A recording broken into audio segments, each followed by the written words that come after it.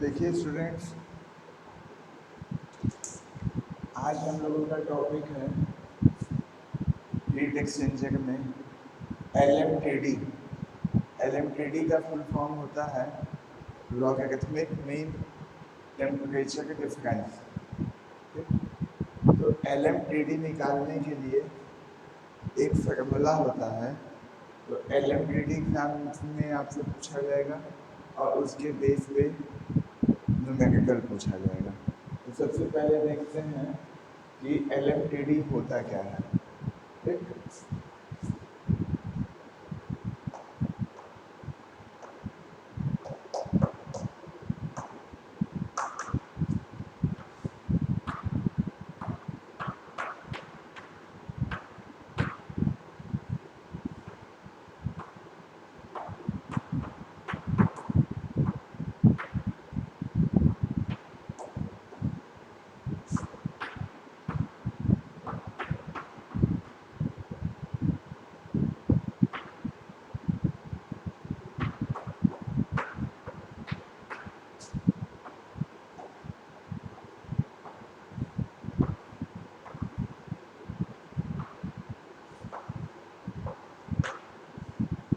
ठीक। LMTD is defined as that temperature difference which, if constant, would give the same rate of heat transfer H actually occurs under variable condition of temperature difference।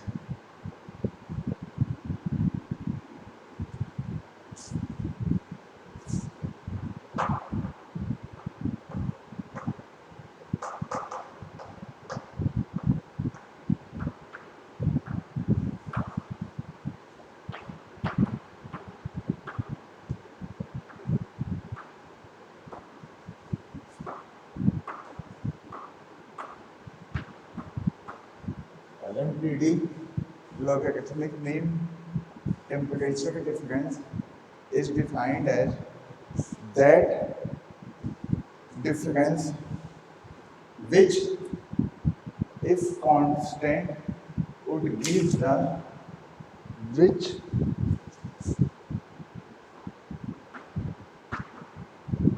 if constant would give the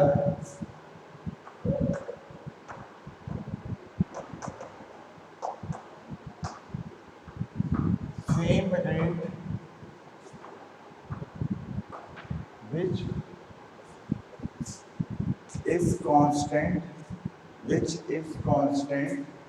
would give the same rate of heat transfer, same rate of heat transfer as actually occurs, as actually occurs under variable condition of temperature difference, under variable condition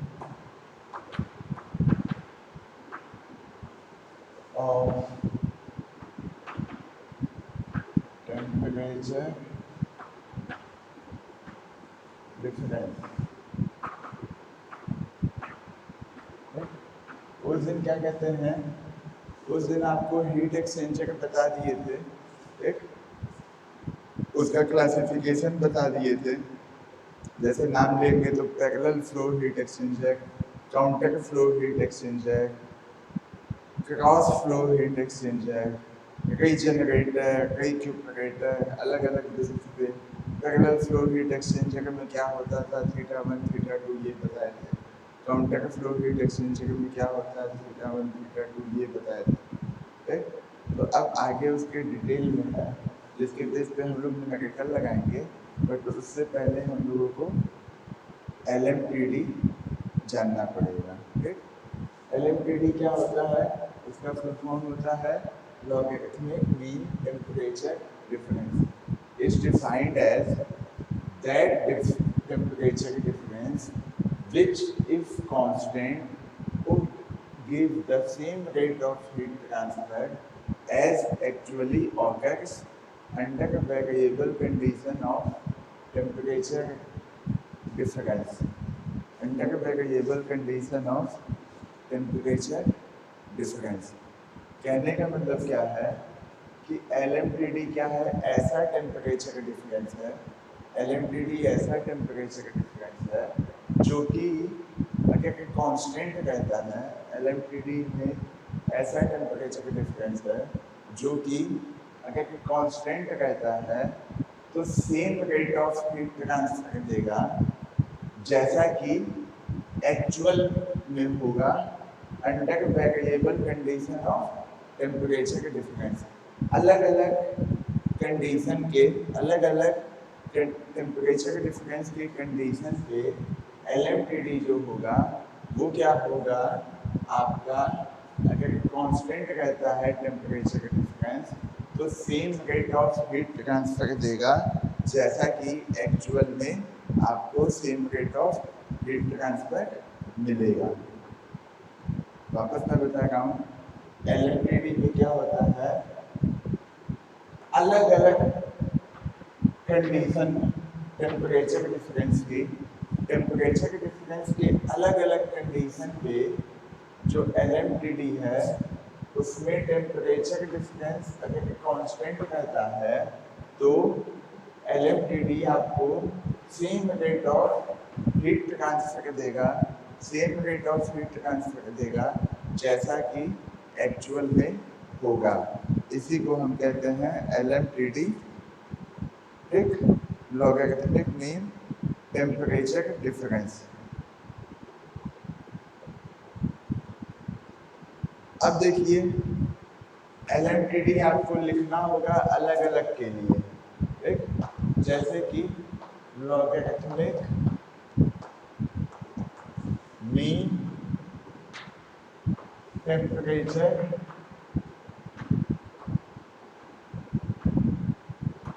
difference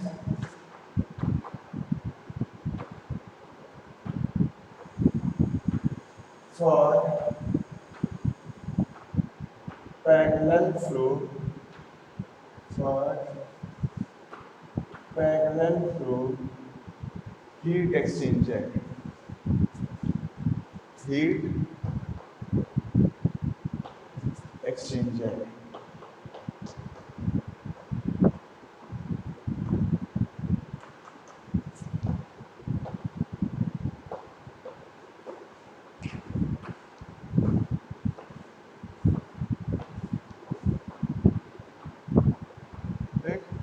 अब आपको LMTD निकालना है parallel flow heat exchanger के लिए, ठीक है? तो उसके लिए क्या हो जाएगा? Q इक्वल टू क्या होगा? UA theta M। Q equal to क्या होगा? UA थीटा M, ठीक, जहाँ पे थीटा M क्या है आपका? LMTD, logarithmic mean temperature difference. U क्या है आपका? Overall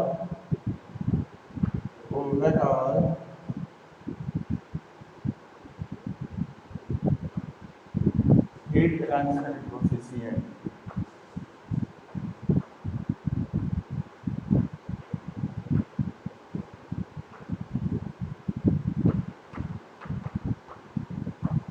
heat transfer coefficient theta M क्या है? LMTD, logarithmic mean temperature difference. तो Q इक्वल टू क्या होगा? क्योंकि since Q equal to UA theta M, U क्या है? Overall heat transfer coefficient, theta M क्या है? LMTD। तो थीटा M लिखेंगे क्या आप? थीटा M को लिख सकते हैं आप थीटा एम को लिख सकते हैं theta 2 minus theta 1, theta 2 minus theta 1 upon L N theta 2 by theta 1। ठीक, ये एल एन का मतलब क्या है? Natural log. एल एन का मतलब क्या है? Natural log. ठीक, या थीटा एम को आप ये भी लिख सकते हैं theta 1 minus theta 2 upon L N theta 1 by theta 2। ठीक है, दोनों क्या होगा आपका? इक्वल होगा आपस में। थीटा एम वो भी है, थीटा एम ये भी है। ये हो गया आपका एल एम टी डी किसके लिए? पैरेलल फ्लो हीट एक्सचेंजर के लिए।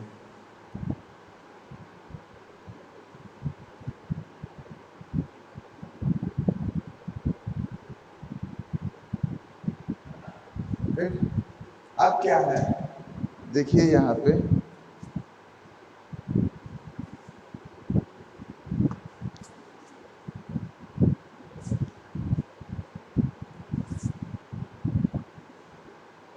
Theta 2 minus theta 1 upon L N theta 2 by theta 1। एक ये दोनों आपस में इक्वल होगा। अब आप देखेंगे कॉन्टैक्ट फ्लो हीट एक्सचेंजर के लिए एल एन टी डी क्या होगा। ठीक है,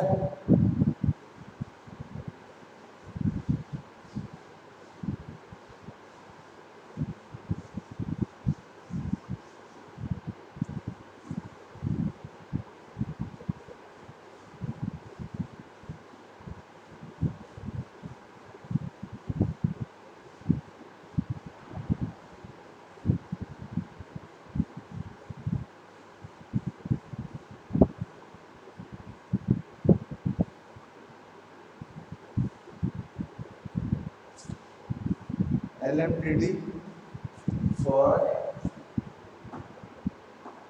contact flow heat exchanger।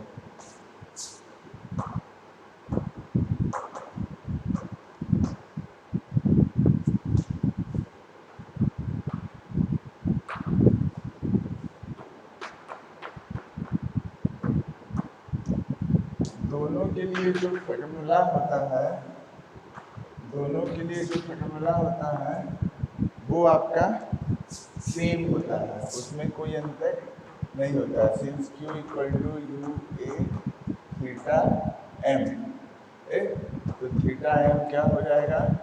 Theta 1 minus theta 2 upon L N theta 1 by theta 2। ये लिख सकते हैं या ये भी लिख सकते हैं theta 2 minus theta 1 upon L N theta 2 by theta 1। ये दोनों क्या होगा? सेम होगा, फॉर्मूला सेम होगा, बट थीटा 1 और थीटा 2 की वैल्यू जो है, थीटा 1 और थीटा 2 की जो वैल्यू है वो अलग अलग होती है। पैरेलल फ्लो हीट एक्सचेंजर के लिए अलग होती है, कॉन्टैक्ट फ्लो हीट एक्सचेंजर के लिए अलग होती है। कैसे होती है देखिए, उस दिन भी बनाए थे, आज भी बना देते हैं, बता देते हैं। ठीक?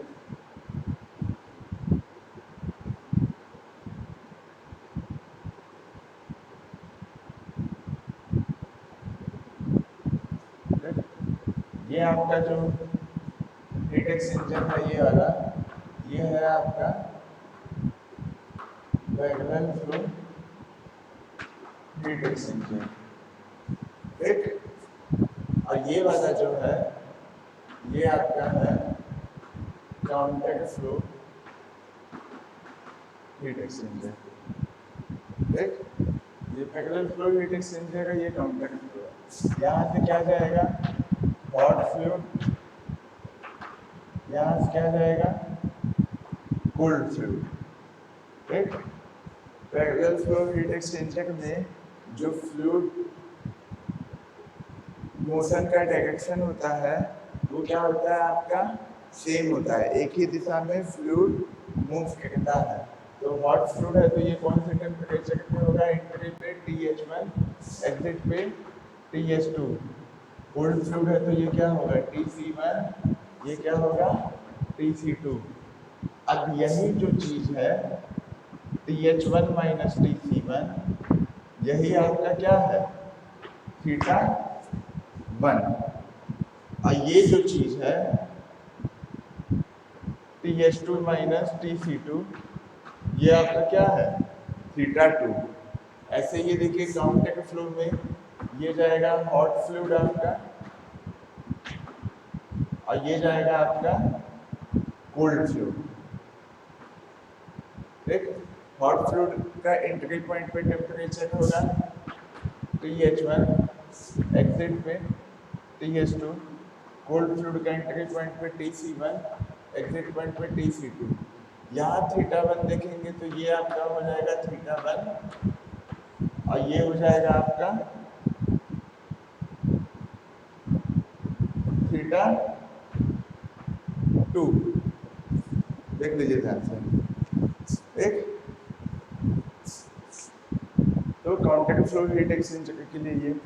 अब देखिए फॉर्मूला तो सेम है, जो LMTD निकालना है लॉगरिथमिक मीन टेम्परेचर डिफरेंस, वो तो सेम है। Theta 1 minus theta 2 upon ln theta 1 by theta 2 ले लीजिए, या theta 2 minus theta 1 upon ln theta 2 by theta 1 ले लीजिए। बट होगा क्या जब आप क्वेश्चन लगाएंगे न्यूमेरिकल पैरेलल फ्लो के लिए, जब थीटा 1 निकालेंगे तो क्या हो जाएगा? TH1 minus TC1, TH1 minus TC1। और थीटा 2 निकालेंगे तो क्या होगा? TH2 minus TC2। ऐसे ही काउंटेक्ट फ्लो के लिए जब थीटा 1 निकालेंगे तो चेंज हो जाएगा। यहाँ TH1 माइनस TC1 है, यहाँ लिखेंगे क्या? TH1 minus TC2। और थीटा 2 निकालेंगे तो क्या होगा? TH2 minus TC1। तो चेंज क्या होगा आपकी वैल्यू? थीटा 1 और थीटा 2। जब थीटा 1 और थीटा 2 चेंज होगा उसकी वजह से आपका थीटा एन दोनों के लिए चेंज हो जाएगा, दोनों एक्सचेंज चक्र के लिए। आई बात समझ में? अब देखिए क्या है, जो LMTD होता है, जो LMTD होता है अलग अलग हीट एक्सचेंज चक्र के लिए, जो LMTD होता है अलग अलग हीट एक्सचेंज चक्र के लिए, पैरेलल फ्लो हीट एक्सचेंज चक्र के लिए, काउंटेक्ट फ्लो हीट एक्सचेंज चक्र के लिए, इसमें काउंटेक्ट फ्लो हीट एक्सचेंज चक्र के लिए जो LMTD की वैल्यू होगी वो ज़्यादा होगी किसके कंपैरिजन में? पैरेलल फ्लो हीट एक्सचेंज चक्र के कंपैरिजन में। आई बात समझ में? क्या है? LMTD for a contact flow unit is always greater than for parallel flow unit. Hence, contact flow heat exchanger can transfer more heat than parallel flow one. In other words, a contact flow heat exchanger needs a smaller heating surface for the same rate of heat transfer. ठीक, जैसा कि हम पहले भी बता चुके हैं, ठीक, इसके पहले भी बता चुके हैं कि पैरेलल फ्लो हीट एक्सचेंजर जो होता है वो जितना हीट रेट ट्रांसफर करेगा उसके लिए जो स्पेस ऑक्यूपाई करता है, स्पेस ऑक्यूपाई करता है वो क्या करता है? ज़्यादा करता है। और काउंटर फ्लो उतने ही रेट ऑफ हीट ट्रांसफर के लिए जो स्पेस ऑक्यूपाई करेगा वो क्या करेगा? कम। तो आपके हिसाब से इफेक्टिव कौन हुआ? उतने ही स्पेस में, मान लीजिए स्पेस सेम है, एक जगह सेम आपको मिली हुई है, सेम स्पेस में जो ज़्यादा रेट ऑफ हीट ट्रांसफर करता है हीट एक्सचेंजर, वही तो अच्छा माना जाएगा। और वो आपका क्या होगा? Counter flow heat exchanger. तो हमेशा जान लीजिए कि ज़्यादातर counter flow heat exchanger use होता है। क्यों होता है?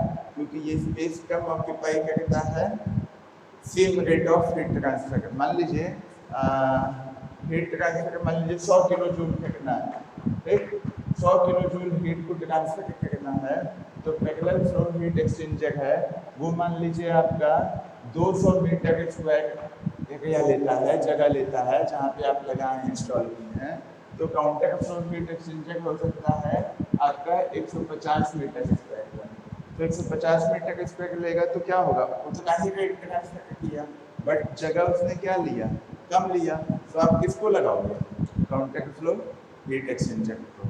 दूसरी चीज, काउंटर फ्लो हीट एक्सचेंजर का जो थीटा एम का वैल्यू होता है वो क्या होता है, हमेशा ज़्यादा होता है पैरेलल फ्लो हीट एक्सचेंजर के थीटा एम से। ठीक, उसको देखिए मैं लिख देता हूँ, इसको मिटाता हूँ।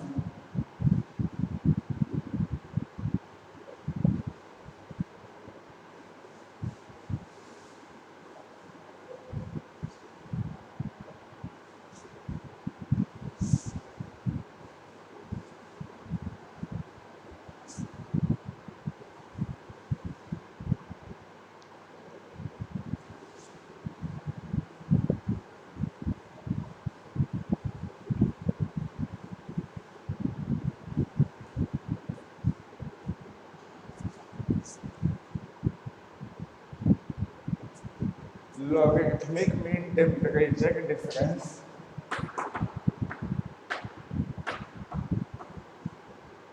LMTD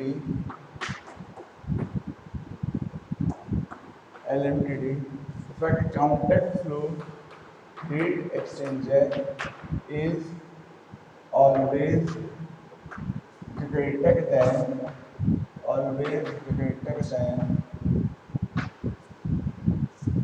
LMTD for regular flow heat exchanger. क्या लिखे हैं, जो LMTD है, LMTD बोले तो थीटा एम, एक लॉगरिथमिक मीन टेम्परेचर डिफरेंस। तो जो LMTD है वो काउंटर फ्लो हीट एक्सचेंजर के लिए, हमेशा पैरेलल फ्लो हीट एक्सचेंजर की तुलना में ज़्यादा होगा। ठीक है, जिसकी वजह से जो रेट ऑफ हीट ट्रांसफर होगा वो भी आपका काउंटर फ्लो हीट एक्सचेंजर में ज़्यादा होगा।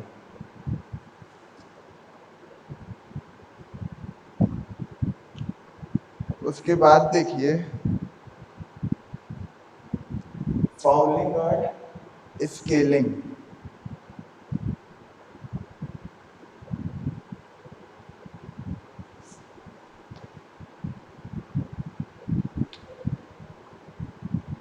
फाउलिंग और स्केलिंग,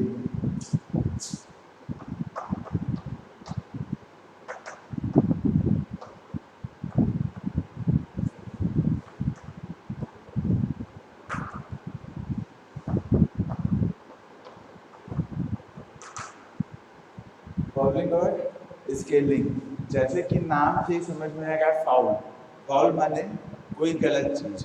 तो होता क्या है, मान लीजिए जो हीट एक्सचेंजर होता है वो क्या होता है, कोई पाइप टाइप का होता है। तो नॉर्मल ऑपरेशन के समय जब हीट एक्सचेंजर काम करता है, ऐसे काफ़ी समय तक करता है, तो इस हीट एक्सचेंजर के अंदर में बहुत सी इम्प्योरिटीज जमा हो जाती है, जैसे कि डर्ट, सूट, एक जंग लग जाता है, रस्ट फॉर्मेशन हो जाता है। ठीक, इन्हीं सब चीज़ों को हम कहते हैं फाउलिंग या स्केलिंग। क्या होता है फाउलिंग या scaling? In a heat exchanger during normal operation the tube surface gets covered by deposits of ash, soot, dirt, scale. This phenomena of rust formation and deposition of fluid impurities is called fouling. Due to this surface deposit, the thermal resistance is increased and eventually the performance of heat exchanger lowers. Fouling और scaling में क्या होता है, normal operation के समय जो heat exchanger का pipe होता है, उसमें बहुत सी इम्प्योरिटीज डिपॉजिट हो जाती हैं, जमा हो जाती हैं। वो इम्प्योरिटीज कैसी होती है, जैसे कि डर्ट, सूट, ठीक, स्केल, ठीक, इसको कहते हैं हम इस ढंग से। उसमें क्या बनता है, रस्ट का फॉर्मेशन होता है, रस्ट बनता है, जंग लगता है, ठीक, और बहुत से फ्लूइड की इम्प्योरिटीज भी जमा हो जाती है। इसी को हम कहते हैं ये सब चीज़ें जो जमा हो जाती हैं, इम्प्योरिटीज आपकी डर्ट हो गया, सूट हो गया, जो रस्ट फॉर्मेशन होता है, इसी को हम कहते हैं फाउलिंग या स्केलिंग। ये जो फाउलिंग और स्केलिंग होता है, ये क्या करता है, आपका थर्मल रेजिस्टेंस को इंक्रीज कर देता है। फाउलिंग और स्केलिंग जो होता है, ये थर्मल रेजिस्टेंस को इंक्रीज कर देता है। जब थर्मल रेजिस्टेंस को इंक्रीज कर देगा हीट एक्सचेंजर में, तो हीट एक्सचेंजर की जो इफेक्टिवनेस है वो क्या हो जाएगी आपकी, रिड्यूस हो जाएगी। रिड्यूस हो जाएगी, या कह सकते हैं घट जाएगी। ये जो रस्ट फॉर्मेशन होगा या फ्लूइड की इम्प्योरिटीज जमा होगी, जैसे कि डर्ट हो गया, सूट हो गया, स्केल हो गया। आप देखते होंगे, मान लीजिए आइस जहाँ बनता है, पाइप होता है, कहीं से पाइप से ठंडा पानी जाता है, वो आइस में कन्वर्ट होने लगता है, तो पाइप आपकी क्या हो जाती है, चोक हो जाती है, जम जाती है। ऐसे ही बहुत सी चीज़ पाइप में जब हीट एक्सचेंजर के जमा हो जाएगा, तो वो हीट एक्सचेंजर उतना इफेक्टिवली फंक्शन नहीं कर पाएगा। जब उतना इफेक्टिवली फंक्शन नहीं कर पाएगा, तो हीट एक्सचेंजर की जो इफेक्टिवनेस है वो क्या हो जाएगी, घट जाएगी। कहने का मतलब वो उतना इफेक्टिवली काम नहीं कर पाएगा। तो आपके हिसाब से क्या ये चीज़ हीट एक्सचेंजर में होना चाहिए, फाउलिंग या स्केलिंग होना चाहिए? तो जवाब होना चाहिए नहीं। हीट एक्सचेंजर में फाउलिंग या स्केलिंग नहीं होना चाहिए, कम से कम होना चाहिए। बट एक्चुअली में फाउलिंग स्केलिंग होती है। इसको बचाने के लिए, सही करने के लिए कुछ समय पे मेंटेन किया जाता है, मेंटेनेंस होता है आपका हीट एक्सचेंजर का, या जहाँ प्लांट में लगा है वहाँ पे।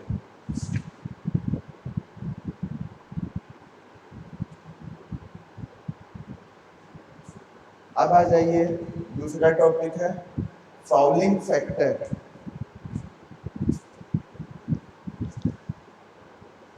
Fouling factor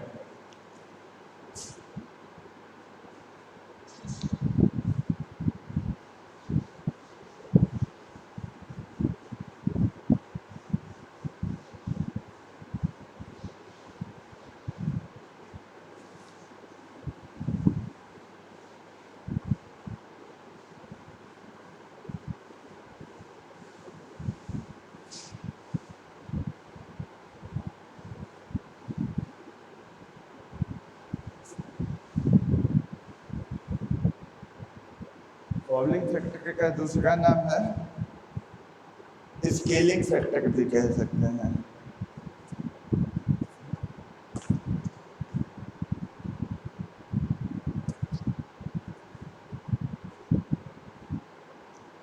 fouling factor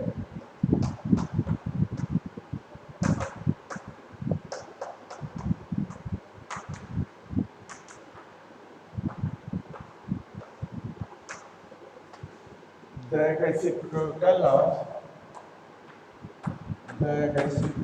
of the reciprocal of scale heat transfer coefficient, the reciprocal of scale heat transfer coefficient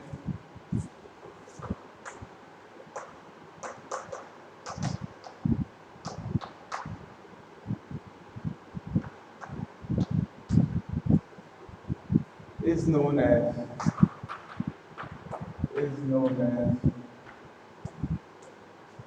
Fouling factor.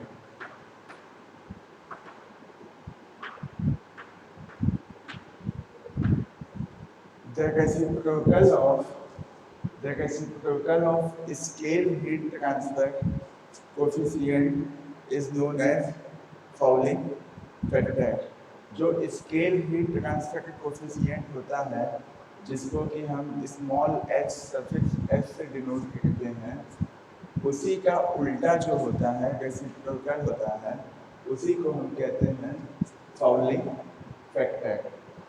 I am repeating, the reciprocal of scale heat transfer coefficient denoted by small h suffix s is known as Fouling factor. It is denoted by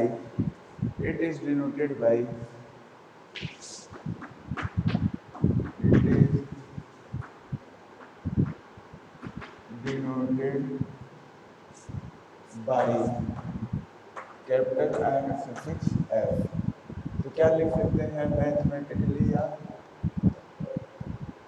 mathematically लिख सकते हैं I suffix f equal to 1 by hs, जहाँ पे hs क्या है, scale heat transfer coefficient.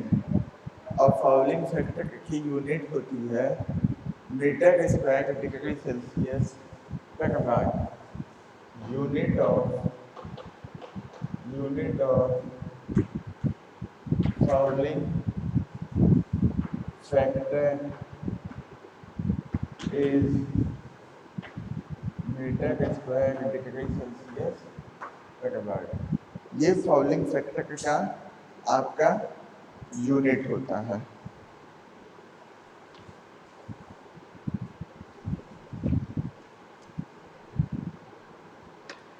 जो fouling factor होता है उसको डिटरमाइन किया जाता है experimentally by testing the heat exchanger in both clean and dirty condition. Fouling factor का ये लिखेगा fouling factor and determine experimentally। जो फाउलिंग फैक्टर होता है उसको एक्सपेरिमेंटली डिटरमाइन किया जाता है, फाइंड किया जाता है। फिर determined experimentally by testing in both clean and dirty conditions।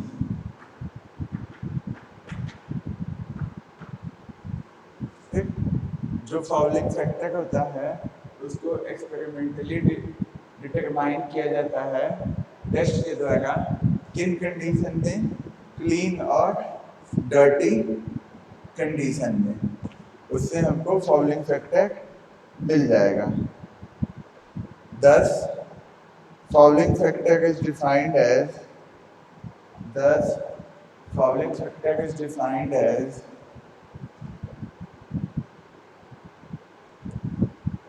ये लिखे, इसको क्या लिखेंगे 1 by u। अब बताइए जो फाउलिंग फैक्टर है वो डर्टी कंडीशन में ज़्यादा होगा या क्लीन कंडीशन में ज़्यादा होगा? जो फाउलिंग फैक्टर है वो डर्टी कंडीशन में ज़्यादा होगा या क्लीन कंडीशन में ज़्यादा होगा? डर्टी कंडीशन में ही ज़्यादा होगा। ठीक, तो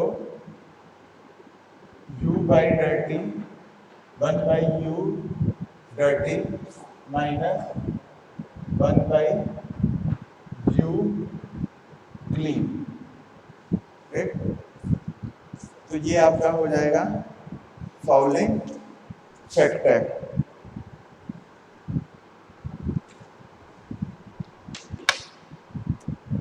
इसके अलावा एक चीज और है जिसको हम कहते हैं फिक्स लॉ ऑफ डिफ्यूजन, जिसको कहते हैं फिक्स लॉ ऑफ डिफ्यूजन। ये इंपॉर्टेंट है, फिक्स लॉ ऑफ फाउलिंग और फाउलिंग फैक्टर भी इंपॉर्टेंट है, एग्जाम में पूछता है लिखने के लिए। फाउलिंग या स्केलिंग पूछेगा या फाउलिंग फैक्टर पूछेगा। अब हम बताएंगे fix law of diffusion.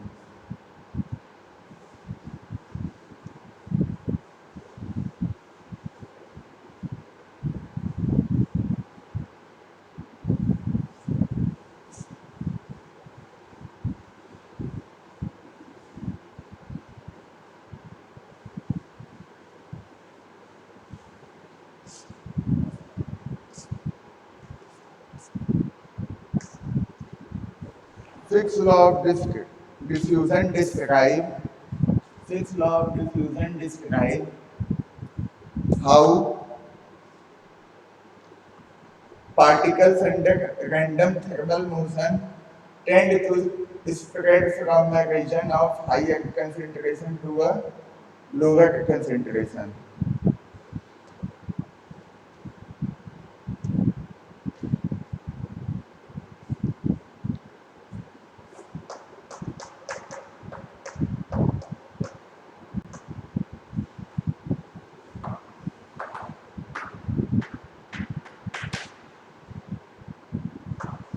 Fix की स्पेलिंग ध्यान दीजिएगा, FICK एपोस्ट्रोफी S है।